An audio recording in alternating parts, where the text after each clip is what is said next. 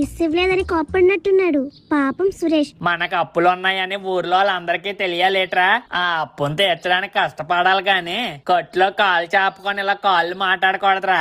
అప్పేమన్నా పప్పు ఏంటి కూర్చొని తింటే కరిగిపోవడానికి? పప్పు బస్తాను ఖాళీ చేయమంటే చెప్పు, 2 రోజులైనా కష్టపడి ఖాళీ చేస్తాను.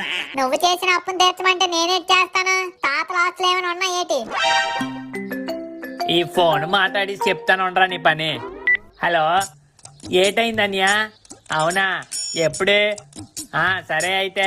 కాల్ రాగానే ఎందుకలా కంగారు పడిపోతున్నావు? మీ తాతకు ఒంట్లో బాగాలేదట్రా సురేష్, అందరినీ ఒకసారి చూడాలంటున్నాడట. అద్దాలు పాత అయిపోయి ఉంటాయి, కొత్త తీసుకోమను. మన ఇద్దరం వెళ్ళి రావాలిరా, అర్జెంట్ గా రెడీ అవ్వ. మరి కొట్టు 2 రోజులు కట్టియడమే.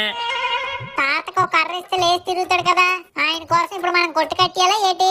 ఇప్పుడు కొట్టు కట్టేస్తే ఎంత లాసో తెలుసా నీకు? మీ తాతని చూడాలని లేదేట్రా నీకు? ఆ గాంధీ తాతలు